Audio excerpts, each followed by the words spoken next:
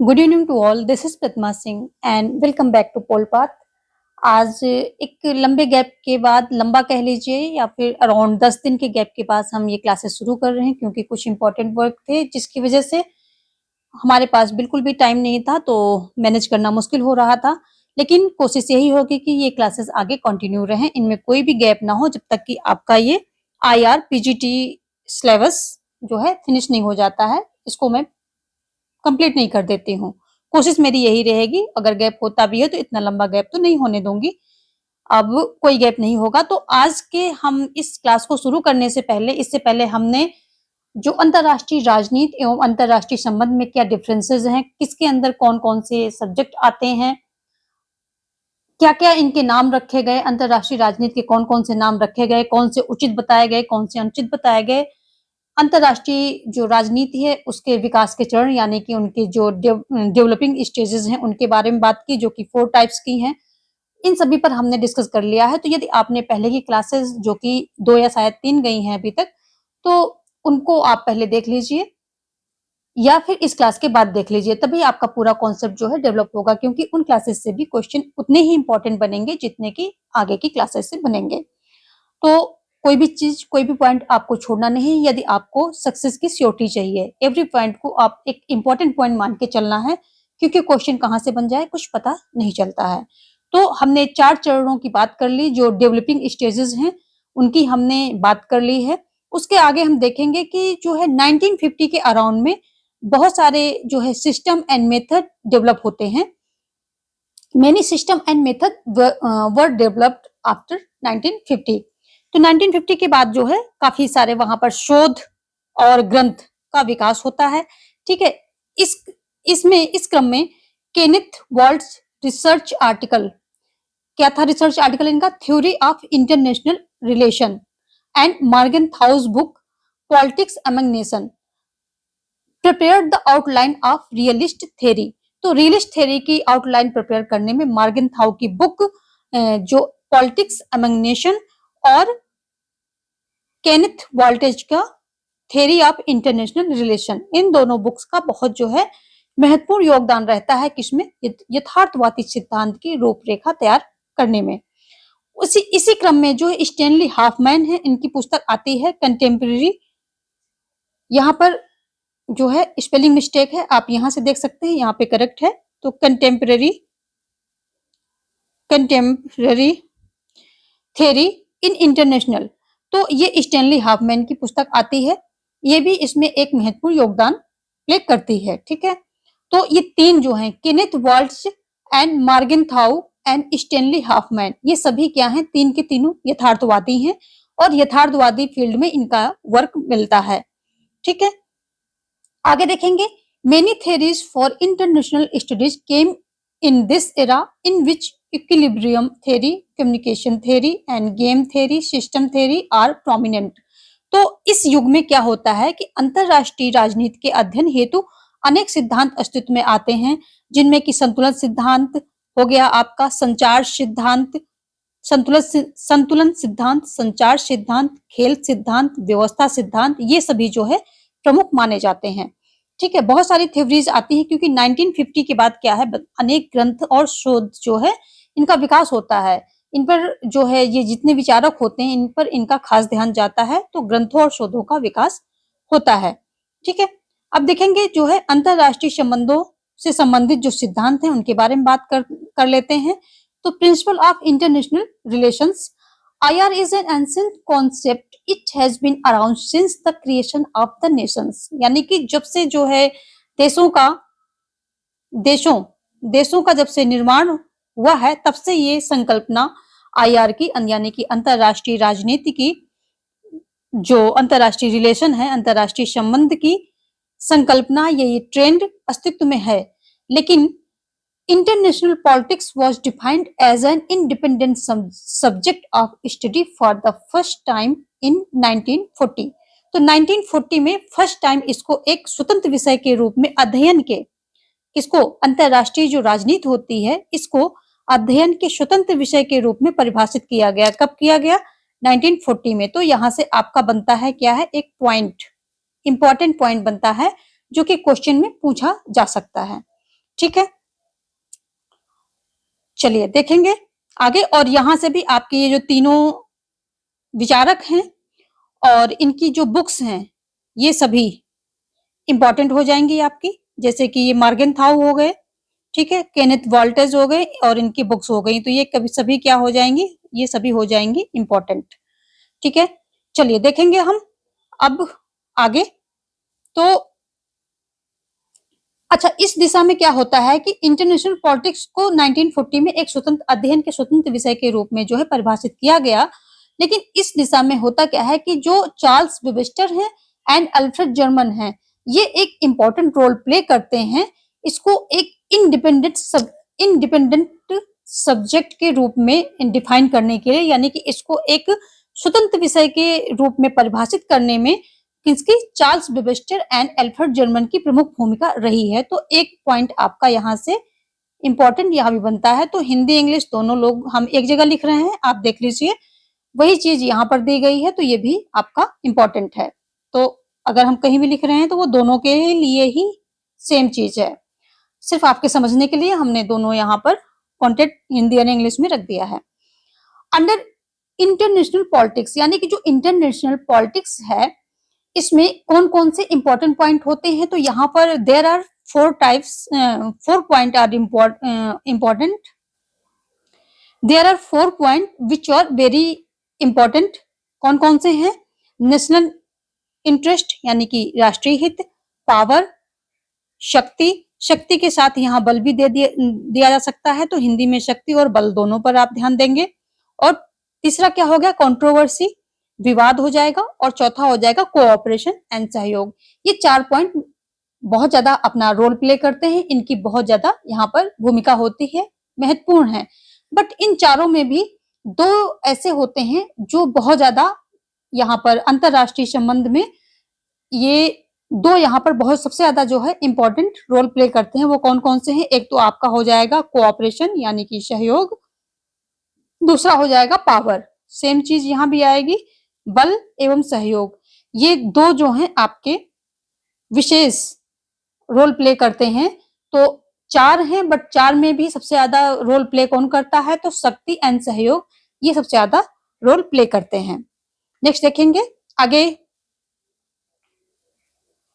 There are 2 types of ideology regarding national interest due to which international politics is affected। तो 2 type की ideology हैं, किस बारे में, जो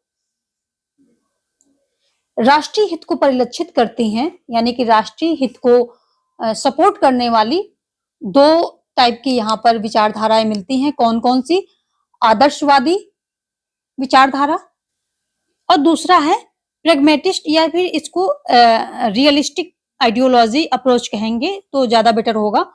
तो यहाँ पर 2 टाइप की आइडियोलॉजी आपको मिलेंगी जो नेशनल इंटरेस्ट यानी कि राष्ट्रीय हित को परिलक्षित करती हैं, और ये क्या करती हैं कि इन विचारधाराओं से अंतरराष्ट्रीय राजनीति भी प्रभावित होती है। इन जो विचारधाराएं हैं राष्ट्रीय हित के बारे में, जो 2 प्रकार की विचारधाराएं अस्तित्व में हैं, इनसे क्या होता है कि अंतरराष्ट्रीय राजनीति भी प्रभावित होती है। कौन कौन सी हैं, एक आइडियलिस्टिक अप्रोच कह लीजिए, दूसरा है क्या हो जाएगा, रियलिस्टिक अप्रोच। 2 प्रकार की विचारधाराएं होती, जो ये आइडियलिस्टिक अप्रोच होता है, ये क्या होता है कि जो आदर्शवादी विचारधारा होती है ये सहयोग शांति के माध्यम से राष्ट्रीय हित का समर्थन करती है, यानी कि ये सहयोग और शांति के माध्यम से राष्ट्रीय हित को पूर्ण करने की बात करते हैं, जो आदर्शवादी विचारधारा के विचारक हैं। तो अगर हम आदर्शवादी विचारधारा की बात करें, आइडियलिस्टिक अप्रोच की यदि हम बात करें, तो क्या बात करते हैं विचारक इसके, कि ये कहते हैं कि अंतरराष्ट्रीय राजनीति में समस्या के समाधान के लिए आदर्शवादी दृष्टिकोण आदर्शवादी जो दृष्टिकोण ये होना चाहिए, संघर्ष के स्थान पर शांतिपूर्ण सहयोग पर ये जो है विचारक बल देते हैं। ये अंतरराष्ट्रीय राजनीति में नैतिकता, सहयोग एवं सहकारिता पर जो है बल देते हैं, यानी कि जो अंतरराष्ट्रीय संबंध है वो नैतिकता, सहकारिता, सहयोग इन सब पर जो है क्या होनी चाहिए, निर्धारित होनी चाहिए। ठीक है, और आदर्शवादी जो दृष्टिकोण है यानी कि आइडियलिस्टिक अप्रोच जो है, ये युद्ध के उन्मूलन की बात करते हैं यानी कि नो वॉर की बात करते हैं। वॉर नहीं होना चाहिए, युद्ध नहीं होना चाहिए, उनकी बात करते हैं। जो आइडियलिस्टिक अप्रोच यानी कि आदर्शवादी दृष्टिकोण है, इसके अंतर्गत शांति पर आधारित ज्ञान के संकलन पर बल दिया जाता है, जिसका व्यवहारिक उपयोग करके अंतरराष्ट्रीय शांति को प्रभावी बनाया जा सकता है। ठीक है। और आदर्शवादी दृष्टिकोण के प्रमुख समर्थकों की यदि हम बात करें तो कौन कौन से हो जाएंगे? इसके प्रमुख समर्थक हो जाएंगे, कौन कौन से हैं? कांट हो जाएंगे, वुड्रो विल्सन हो जाएंगे, ग्रीन हो जाएंगे, थॉमस हिल हो जाएंगे, डेविड हेल्ड हो जाएंगे एंड एमवी थॉमस हो जाएंगे। तो Kant, Woodrow Wilson, Green, Thomas Hill, David Held, MV Thomas, ये सभी क्या हैं? आदर्शवादी दृष्टिकोण के प्रमुख समर्थक माने जाते हैं। और अगर हम बात करें, जो एक मेन पॉइंट है कि आदर्शवादी राजनीति को क्या कहते हैं कि एक कला के रूप में परिभाषित करते हैं। तो ये भी आप सारा ही जो है, यहां से भी ये भी आपका एक इंपॉर्टेंट पॉइंट बनेगा कि आदर्शवादी राजनीति को किस तरह परिभाषित करते हैं। तो एक कला के रूप में परिभाषित करते हैं, जिस कला का उपयोग करके जो देश के नेता होते हैं वो राष्ट्रीय संबंधों को यानी कि अपने राष्ट्रीय हित को अंतरराष्ट्रीय स्तर पर ले जा करके और वहां पर संबंध को स्थापित करने में, अपने राष्ट्रीय हित को जो है सफल बनाने में क्या हो जाते हैं कि सफल होते हैं, सक्षम होते हैं। तो ये एक कला है जो शांति सहयोग पर आधारित होनी चाहिए। ये आदर्शवादी विचारधारा का एक पॉइंट ऑफ व्यू है, इनका दृष्टिकोण है। अब हम बात करेंगे आइडियलिस्टिक अप्रोच की बात कर लेते हैं। आइडियलिस्टिक डिफाइन पॉलिटिक, आइडियलिस्टिक की हमने कर ली है। अब हम रियलिज्म की बात करेंगे, यानी कि जो रियलिस्टिक अप्रोच है उसकी बात करेंगे। अंतरराष्ट्रीय राजनीति में यथार्थवाद क्या है? एक राज्य केंद्रित विचारधारा है। Realism is a state centric ideology in international politics in which importance was given to national interest, emphasizes the power of realism. The main thinker of realism is Morgenthau, a thinker of 20th century. तो जो ये realistic approach है, realistic approach कैसी है? ये एक राज्य केंद्रित विचारधारा है। अंतरराष्ट्रीय राजनीति में यथार्थवाद क्या है? एक राज्य केंद्रित विचारधारा है जिसमें राष्ट्रीय हित को महत्व दिया जाता है। यथार्थवादी दृष्टिकोण के अनुसार राज्य की सुरक्षा उनका स्वयं का दायित्व है, जिसे शक्ति के माध्यम से सुनिश्चित किया जाता है। यथार्थवाद अंतरराष्ट्रीय राजनीति में राष्ट्रीय हित और शक्ति पर विशेष बल देते हैं। तो जो राष्ट्रीय हित है और शक्ति जो है संकलन है, इस पर जो है विशेष बल देता है कौन? यथार्थवाद। यथार्थवाद राष्ट्रीय हित के संवर्धन के लिए अंतरराष्ट्रीय शांति सहयोग भाईचारा के स्थान पर केवल और केवल किस पर? शक्ति पर ही बल देता है। तो ये सब यथार्थवाद की कुछ जो है विशेषताएं हैं। और जो मार्गेनथाउ हैं, ये प्रमुख विचारक हैं किसके? यथार्थवाद के प्रमुख विचारक कौन? मार्गेनथाउ माने जाते हैं। और ये 20वीं शताब्दी के विचारक भी माने जाते हैं, यानी कि 20वीं शताब्दी के ये विचारक हैं। अगर हम बात करें कि यथार्थवादी विचारधारा के प्रमुख समर्थक कौन है, मेन सपोर्टर ऑफ रियलिज्म, तो आ जाएंगे आपके जो मार्गेनथाउ हैं। इनकी तो बात हमने पहले कर ली, ये सबसे महत्वपूर्ण है। तो मार्गेनथाउ हो जाएंगे, फिर क्या हो जाएंगे? श्वार्ज़बर्गनर हो जाएंगे, E.H. कार हो जाएंगे, कार यहाँ पर CARR कार होगा, तो ठीक है।